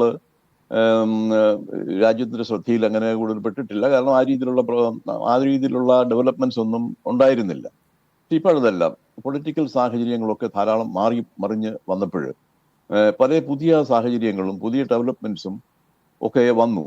ഗവർണേഴ്സിന്റെ നടപടികളാണെങ്കിൽ തന്നെയും പല സംസ്ഥാനങ്ങളിലും അത് ചോദ്യം ചെയ്യപ്പെടുന്നുണ്ട്. സുപ്രീം കോടതി തന്നെ അതിനകത്ത് ഇടപെട്ട് ചില പരാമർശനങ്ങളൊക്കെ നടത്തിയിട്ടുണ്ട്. അപ്പൊ ഇതിന്റെയൊക്കെ ഒരു വെളിച്ചത്തില് ഈ ആർട്ടിക്കിൾ 200, ആർട്ടിക്കിൾ 201 ഈ രണ്ടിന്റെയും ഒരു ഇന്റർപ്രിട്ടേഷൻ, അപ്പൊ അതിനകത്ത് ചില വ്യക്തത വരുത്തുക, അത് ക്ലാരിറ്റി കൊണ്ടുവരേണ്ട ആവശ്യമാണ്. അതാണ് ഒന്ന്.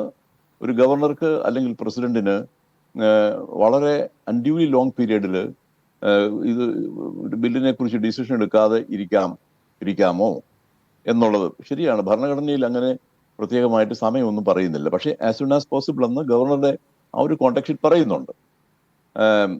അതുപോലെ തന്നെ അസന്റ് കൊടുക്കുന്നതിന് വിസമ്മതിച്ചു കഴിഞ്ഞാൽ അതിനെന്താണ് കാരണം എന്നുള്ളത് പറയുക, അല്ലെങ്കിൽ അത് അറിയാനുള്ള ഒരു ബാധ്യത, അറിയാനുള്ള ഒരു അവകാശം നിയമസഭകൾക്കുണ്ട് എന്ന് വിശ്വസിക്കുന്ന ഒരാളാണ് ഞാൻ. ഇതിനെക്കുറിച്ചൊക്കെ ആർട്ടിക്കിൾ എഴുതിയിട്ടുണ്ട് പലപ്പോഴും. അപ്പോൾ അങ്ങനെയാണ് എൻ്റെ അഭിപ്രായം. പിന്നെ ഈ അസന്റ് കൊടുക്കാതിരിക്കുക എന്ന് പറയുന്ന ആ ഒരു പ്രോസസ്സ്, അത് വാസ്തവത്തിൽ നമ്മൾ അതിനെക്കുറിച്ച് മനസ്സിലാക്കേണ്ട ആവശ്യമുണ്ട്. കാരണം ഈ നമ്മുടെ സിസ്റ്റം എന്ന് പറയുമ്പോൾ അത് ബ്രിട്ടീഷ് സിസ്റ്റമാണല്ലോ, വെസ്റ്റ് മിനിസ്റ്റർ സിസ്റ്റമാണ് നമ്മുടെ. അപ്പോൾ അവിടെ ഇതുപോലുള്ള പ്രൊവിഷൻസ് ഉണ്ട് അവരുടെ കോൺസ്റ്റിറ്റ്യൂഷനിൽ. പക്ഷെ അവിടെ ഈ അസന്റ് നിഷേധിക്കുക എന്ന് പറയുന്നത് അത് ഇപ്പോഴും വാസം പറഞ്ഞാൽ അത് ഭരണഘടന വിരുദ്ധമാണെന്നാണ് അവിടെ പറഞ്ഞിരിക്കുന്നത്.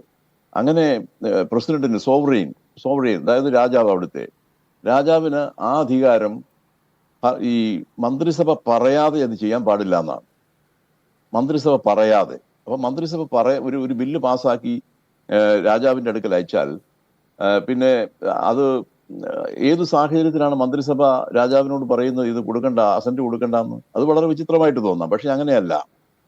പക്ഷേ ഒരു ബില്ല് പാസ്സായി അത് രാജാവിന്റെ അടുക്കൽ ചെല്ലുന്ന സമയത്ത് ഗവൺമെന്റിന് അതിനെക്കുറിച്ചൊരു സെക്കൻഡ് തോട്ട്സ് ഉണ്ടാവും. അപ്പൊ അത് വിഡ്രോ ചെയ്യാൻ പറ്റില്ല. ആ ഒരു അവസ്ഥയിൽ രാജാവിന്റെ അടുക്കൽ എത്തിയിരിക്കുന്ന ബില്ല് വിഡ്രോ ചെയ്യാൻ പറ്റില്ല എന്ന് പറഞ്ഞപ്പോൾ പ്രസിഡന്റ് അടുക്കൽ കൊടുത്തിരിക്കുന്ന ബില്ലും അത് വിഡ്രോ ചെയ്യാൻ പറ്റില്ല. പ്രസിഡന്റ് ഏതെങ്കിലും ഒരു തീരുമാനം എടുത്തേ പറ്റുള്ളൂ. പക്ഷെ government doesn't want to proceed with the bill. In that case, the government can advise the president to not to give assent. അതാണ്.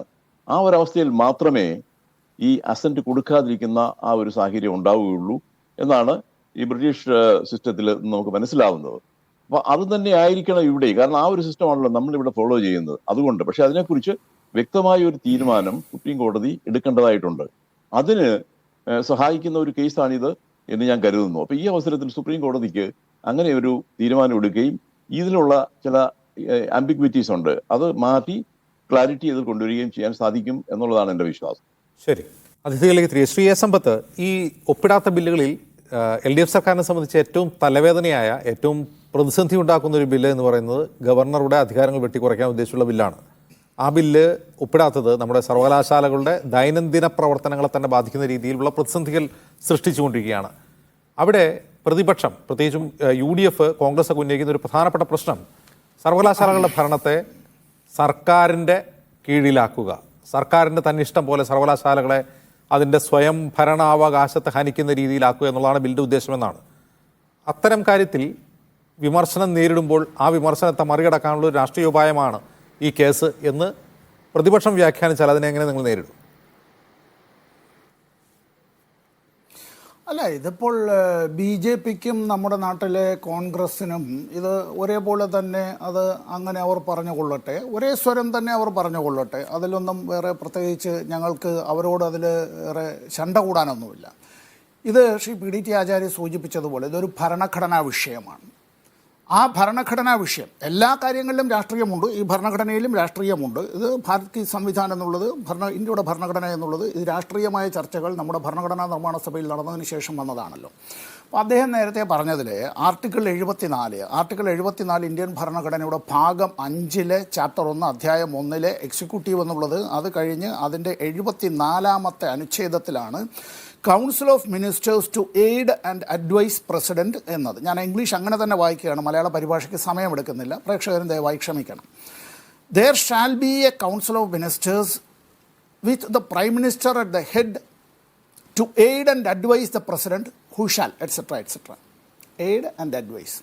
അപ്പോൾ ഇന്ത്യയുടെ രാഷ്ട്രപതി ഏത് വിധത്തിലും കാര്യങ്ങൾ അങ്ങനെ തീരുമാനിക്കുക എന്നുള്ള നിലയിലും അവിടെ എയ്ഡ് ആൻഡ് അഡ്വൈസ് എന്നുള്ളത് കൊണ്ട് ഇംഗ്ലീഷിൽ ഉദ്ദേശിക്കുന്നത് എന്ത് എന്നുള്ളതിനെ സംബന്ധിച്ച് ശ്രീ ആചാര്യ ഇവിടെ പറയുകയുണ്ട്. അതായത് യൂണിയൻ മന്ത്രിസഭ എടുക്കുന്നതായ തീരുമാനങ്ങൾ, ആ തീരുമാനങ്ങൾക്കനുസരിച്ച് രാഷ്ട്രപതിക്ക് ഇക്കാര്യങ്ങളിൽ എന്താ ഏറ്റവും ഒടുവിൽ, because the supreme commander of the armed forces ആണ് ഇന്ത്യയുടെ രാഷ്ട്രപതി എങ്കിൽ പോലും ഏതൊരു രാഷ്ട്രവുമായി യുദ്ധം ഔദ്യോഗികമായി പ്രഖ്യാപിക്കാനും യുദ്ധം അവസാനിച്ചതായി പ്രഖ്യാപിക്കാനും ഈ പറയുന്ന യൂണിയൻ ക്യാബിനറ്റിൻ്റെ തീരുമാനപ്രകാരമേ കഴിയുകയുള്ളൂ.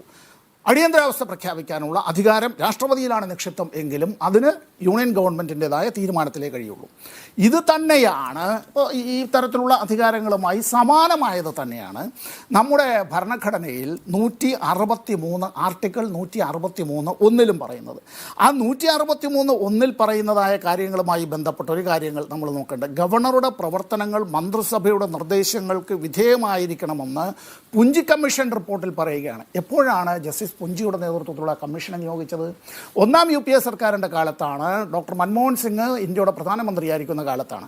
അതിന് മുമ്പും ഇത്തരത്തിൽ യൂണിയൻ ഗവൺമെൻറ്റും സംസ്ഥാന ഗവൺമെൻറ്റുകളും തമ്മിൽ അധികാരങ്ങളെ സംബന്ധിച്ച്, കേന്ദ്ര സംസ്ഥാന ബന്ധങ്ങളെ സംബന്ധിച്ച് നിരവധി തർക്കങ്ങൾ ഉണ്ടായി. 1969 ഒരു കമ്മീഷൻ വന്നു. 1983 സർക്കാരിയ കമ്മീഷണർ റിപ്പോർട്ട് 88-ലാണ്, 5 കൊല്ലം കഴിയുമ്പോൾ 83 അതിനെ നിയോഗിച്ചു. 88 അതിന് ഇന്റർ സ്റ്റേറ്റ് കൗൺസിൽ, ഈ പറയുന്ന കമ്മിറ്റികളിലും കമ്മീഷനുകളിലും എല്ലാം അങ്ങനെ ഒരു നിർദ്ദേശം ഉണ്ടായിട്ട് പോലും VP സിംഗിൻ്റെ ഗവൺമെൻറ്റിൻ്റെ കാലത്ത് മാത്രമാണ് ഇന്റർ സ്റ്റേറ്റ് കൗൺസിൽ ആ വിധത്തിൽ അങ്ങനെ രൂപീകരിക്കപ്പെടുന്നത്.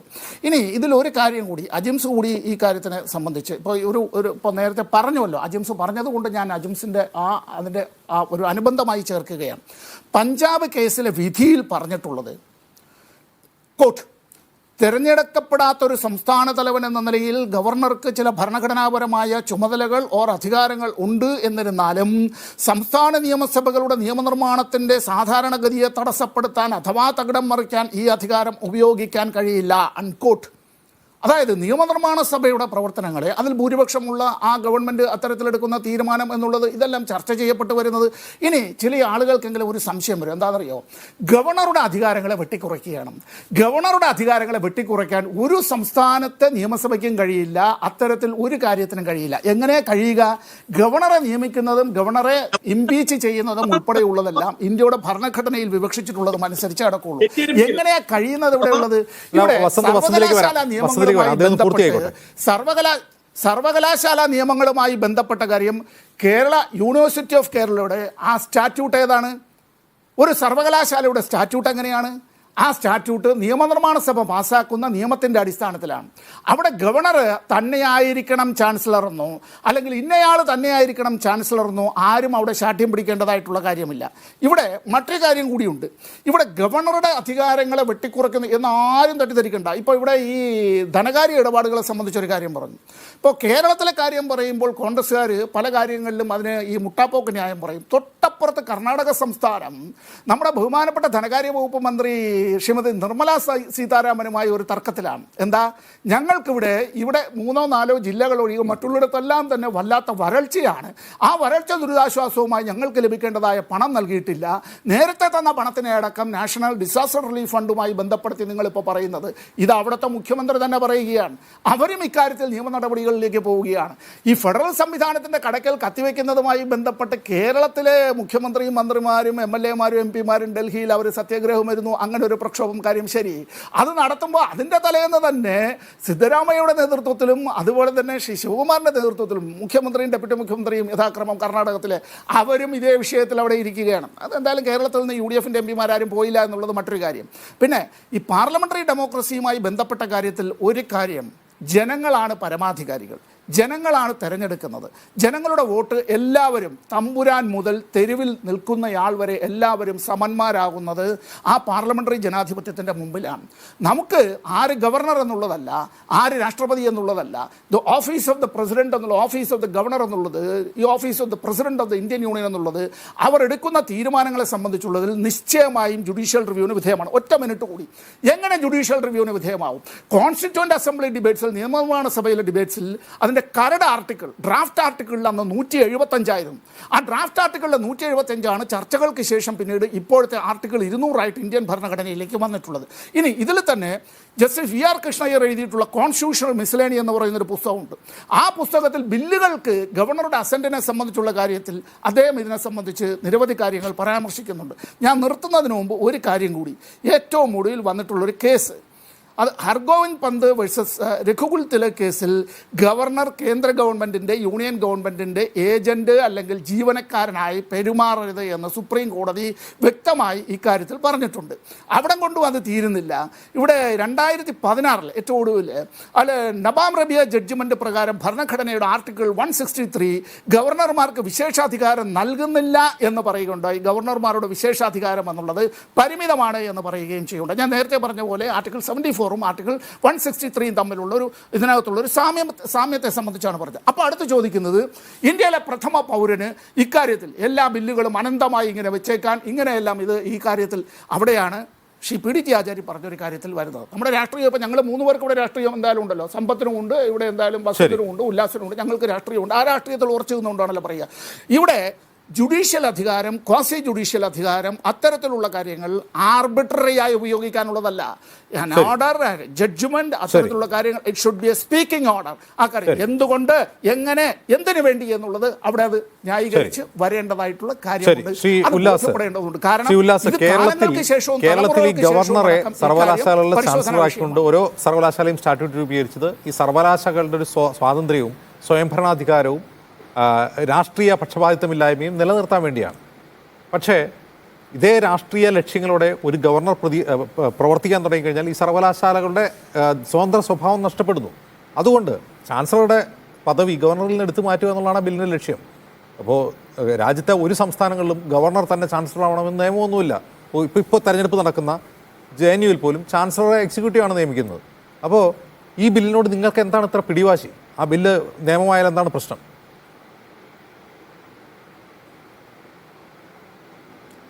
എൻ്റെ പൊന്നു ജിംസി, ഉല്ലാസ്, ബഹുമാനായിട്ടുള്ള ശ്രീ സമ്പത്ത് സാർ പറഞ്ഞ കാര്യമുണ്ടല്ലോ, ചാൻസലർ ഇന്ന ആളാകണം എന്ന് നിർബന്ധമില്ല.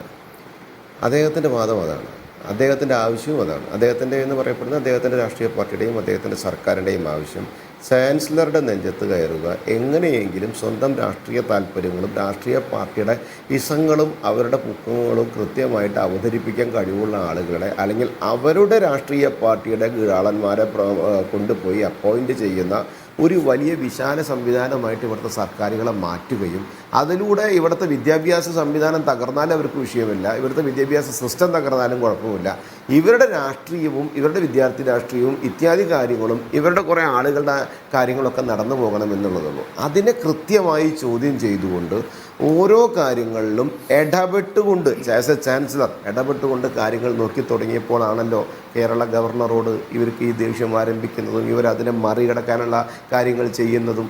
ഇവർക്ക് അതിനൊക്കെ എന്തെല്ലാം പഴുതുകളുണ്ട്, ആ പഴുതുകളെ മുഴുവൻ ഉപയോഗിച്ച് വൈരാഗ്യപരമായിട്ട് ഒരു കേരളത്തിലെ ഒരു ഗവർണറോട് വൈരാഗ്യപരമായിട്ട് ഒരു സർക്കാർ സംവിധാനം പ്രവർത്തിച്ചു തുടങ്ങിയതു.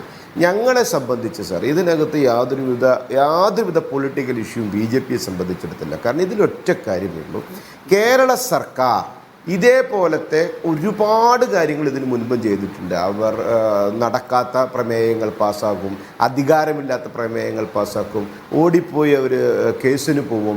അവർ ഇനി നാളെ ആർക്കെതിരെയും കേസിന് പോകും, അമേരിക്കൻ പ്രസിഡന്റിനെതിരെ വരെ കേസിന് പോകും ഇന്ത്യൻ സുപ്രീം കോടതിയിൽ. കാരണം അവരതൊക്കെ ചെയ്യുന്നു കേരള സർക്കാർ. കേരള സർക്കാരിൻ്റെ ആവശ്യം എന്താണ്? അവരുടെ പരാജയങ്ങൾ, അജിംഷ അത് എടുത്തു പറയേണ്ട കാര്യമാണ്, അവരുടെ പരാജയങ്ങൾ അവർക്ക് മൂടിവെക്കാൻ ഏതെല്ലാം രീതിയിലെ വാർത്തകളെ വളച്ചൊടിക്കണമെന്ന് അതിൽ കൃത്യമായി പഠനം നടത്തിയിട്ടുള്ള അനവധി ആളുകളാണ്. ഇവിടെ കേസിൻ്റെ സൈറ്റേഷൻസ് ആയാലും ആർട്ടിക്കിളുകളാണെങ്കിലും ഇതൊക്കെ ഒരു സ്ഥലത്ത് നിൽക്കുമ്പോൾ അതിൻ്റെ തൊട്ടിപ്പുറത്ത് കേരളം എന്ന് പറയപ്പെടുന്ന സർക്കാർ ഇടതുപക്ഷ രാഷ്ട്രീയ മുന്നണി കളിക്കുന്ന രാഷ്ട്രീയം കൂടി നമ്മൾ ചർച്ച ചെയ്യണം. സമ്പത്ത് സാർ അതിൽ നിന്ന് ബുദ്ധിപരമായി നീങ്ങുകയാണ്. സമ്പത്ത് സാറിൻ്റെ ആ അറിവിനെയും വിവരത്തെയും ഞാൻ അംഗീകരിക്കുന്നു, അങ്ങയുടെ ഇതിനെ മാറ്റി ബൈപ്പാസ് ചെയ്ത് പോകാനുള്ള സൂത്രത്തെയും ഞാൻ അംഗീകരിക്കുന്നു. പക്ഷെ സാർ അങ്ങ് ചർച്ച ചെയ്യണം, അങ്ങ് ഈ ഒരു കാര്യത്തിന് വേണ്ടി എടുക്കുന്ന സ്ട്രെയിൻ, അങ്ങ് ഡൽഹിയിൽ ഏറ്റവും കൂടുതൽ കാലം സർക്കാരിൻ്റെയും കേന്ദ്ര സർക്കാരിൻ്റെയും കാര്യങ്ങളിൽ ലൈസൻസ് ചെയ്തിരുന്ന വലിയൊരു പോസ്റ്റിലിരുന്നിരുന്ന ആളാണ്. അങ്ങക്ക് കൃത്യമായിട്ട് അറിയാമല്ലോ, കേന്ദ്ര സർക്കാർ ഒരു കാര്യത്തിലും കേരള സർക്കാരിനോട് നീതികേടോ നിലപാടുകളിലോ ഒരു വ്യത്യാസവും വരുത്തിയിട്ടില്ല. അങ്ങയുടെ മനസ്സ് കൈതൊട്ട് അങ്ങക്ക് പറയാൻ പറ്റും അങ്ങനെ ചെയ്തിട്ടുണ്ടോ എന്ന്? ഒരു സർക്കാരിനോടും അത് ചെയ്തിട്ടില്ല. പക്ഷേ ഇവിടെ നിങ്ങൾ കേന്ദ്ര സർക്കാർ ഞങ്ങളെ ഉപദ്രവിക്കുന്നു ഒന്നും ഒരു സംഭവം ക്രിയേറ്റ് ചെയ്തുകൊണ്ട് ഞങ്ങൾക്ക് വേറെ നിവർത്തിയില്ലാത്തത് കൊണ്ടാണ് എന്ന് ജനങ്ങളുടെ മുമ്പിൽ ഒരു സിമ്പതി ക്രിയേറ്റ് ചെയ്യാൻ കാണിക്കുന്ന ഒരു രാഷ്ട്രീയമാണിത്. അല്ലാതെ ഇതിനകത്ത് ഇത്ര കാലം ഇവർക്കില്ലാത്തൊരു വിഷമം ഓടിപ്പോയി കൊണ്ടുപോയിട്ട് ഇവരെന്താ ഫയൽ ചെയ്തത്, അവർ ഫയൽ ചെയ്ത കാര്യം നിലനിൽക്കുമെന്ന് അജിംസിന് തോന്നുന്നുണ്ടോ? എന്തൊക്കെ ആയിക്കാലും ഇവർ ചെയ്ത ഈ പ്രവൃത്തി നിലനിൽക്കുന്നു തോന്നുന്നുണ്ടോ? ആ പ്രവൃത്തിക്ക് ഏതെങ്കിലും തരത്തിലുള്ള പരിരക്ഷ കിട്ടുമെന്ന്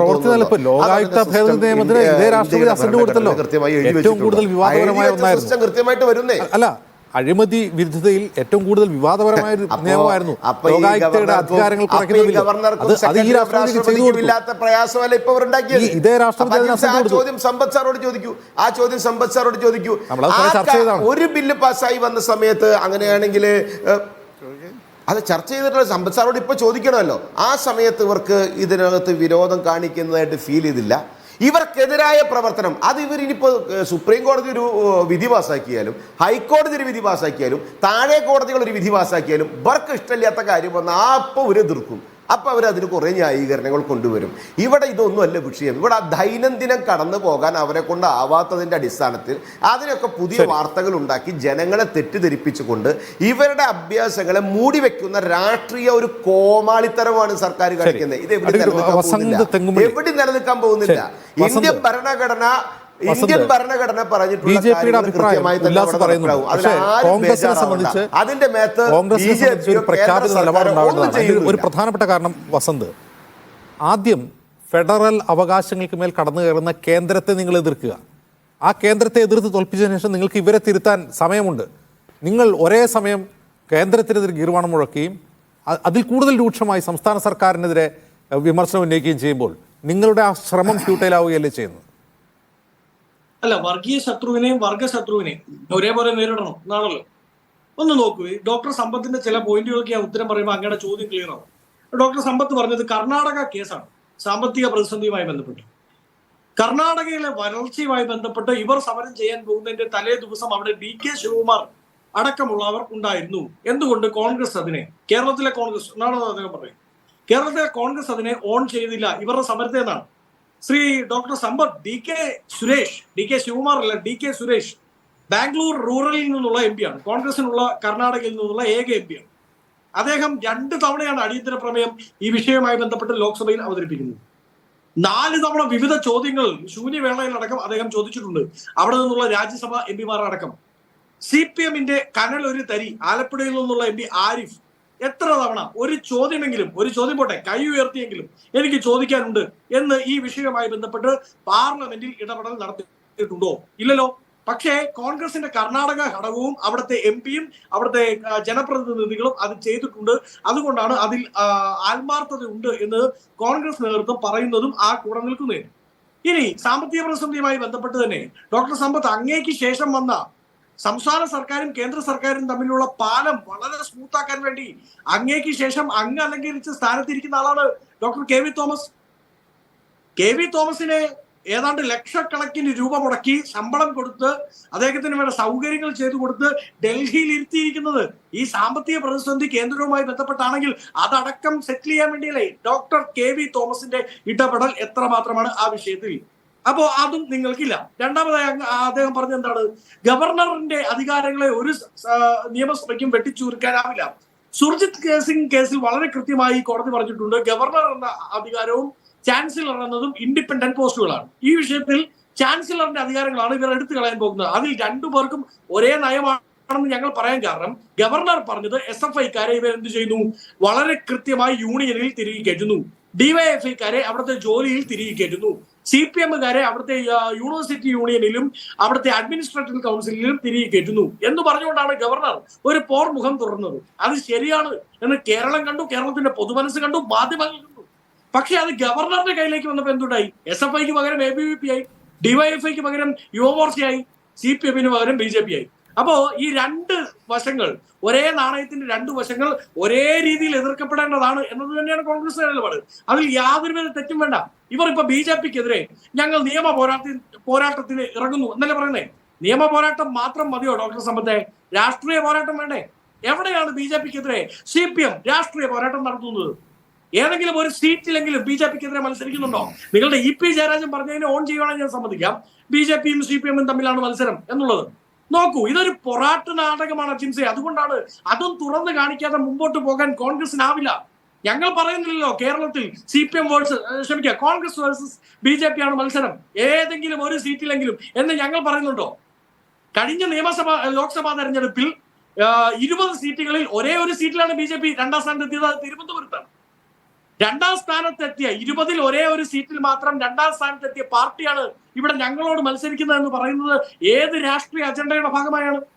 അപ്പോ ഇവർക്ക് എവിടെയാണ് രാഷ്ട്രീയ നിലപാടുള്ളത്? രാഷ്ട്രീയ പോരാട്ടം നടത്തണ്ടേ? നിയമ പോരാട്ടം 2 വർഷം കഴിഞ്ഞ് ഇലക്ഷൻ ആയപ്പോൾ ഇവർക്ക് ബോധോദയമുണ്ടായി. ഞാൻ അഡ്മിറ്റ് ചെയ്യുന്നു, നല്ല കാര്യം. അത് ആസ് എ ലോയർ, ഒരു അഭിഭാഷകൻ എന്ന നിലയിൽ എനിക്ക് സന്തോഷമുണ്ട്. ഒരു പക്ഷേ അത് കോടതി അത് അഡ്മിറ്റ് ചെയ്യുമെന്ന് ഞാൻ വിചാരിക്കുന്നില്ല. പക്ഷേ ഒരു പോയിന്റ് അതിൽ മാർക്ക് ചെയ്താൽ അത് മൈൽ സ്റ്റോൺ ആയിരിക്കും, നല്ല കാര്യം. പക്ഷേ അതിലെ സമയം അതിലെ ആത്മാർത്ഥത അത് ചോദ്യം ചെയ്യപ്പെടില്ലേ? അത് ചോദ്യം ചെയ്യുന്നതിൽ എന്താ തെറ്റ്? കഴിഞ്ഞ ദിവസം അരവിന്ദ് കെജ്രിവാളിനെ അറസ്റ്റ് ചെയ്യുന്നു. അറസ്റ്റ് ചെയ്യുന്ന സമയത്ത് നമ്മൾ പറയുന്നത് ഈ അറസ്റ്റിനേക്കാൾ പ്രധാനപ്പെട്ടത് ഈ സമയമാണ്, ഇലക്ഷന്റെ 14ാമത്തെ മണിക്കൂർ. അപ്പോൾ 2 വർഷം ഇവർക്ക് തോന്നാതിരുന്ന നിയമ പോരാട്ടം, 2 വർഷം ഇവർക്ക് തോന്നാതിരുന്ന നീതികേട് ഇവർക്ക് ഇപ്പോൾ തോന്നുന്നത് എങ്ങനെയാണ് എന്നുള്ളൊരു ചോദ്യമില്ലേ? ആ ചോദ്യത്തിന് ഇവർ ഡോക്ടർ സമ്പത്ത് എന്തായാലും ഇപ്പോൾ ഈ ഹർജി മുന്നോട്ട് വയ്ക്കുന്ന ആവശ്യത്തിലുള്ള നിയമപരമായ സാധുതയും സാങ്കത്യവും ചോദ്യം ചെയ്യപ്പെടുന്നതിന് മുമ്പ് തന്നെ രാഷ്ട്രീയമായ ആരോപണങ്ങൾ ഇതുവരെ എവിടെ പോയിരിക്കുന്നു എന്ന ചോദ്യത്തിനാണ് സർക്കാർ മറുപടി പറയേണ്ടത്. പക്ഷേ ആ ചോദ്യം, ഈ സമയം എന്നുള്ള ഈ ചോദ്യം പ്രസക്തവുമാണ്, പ്രത്യേകിച്ച് ഒരു തെരഞ്ഞെടുപ്പ് കാലഘട്ടത്ത്. വളരെ നന്ദി ശ്രീ സമ്പത്ത്, ശ്രീ വസന്ത് തെങ്ങുംപള്ളി, ശ്രീ ഉല്ലാസ് ബാബു, ഇത്രയും സംസാരിച്ചതിന് ഇടവേള.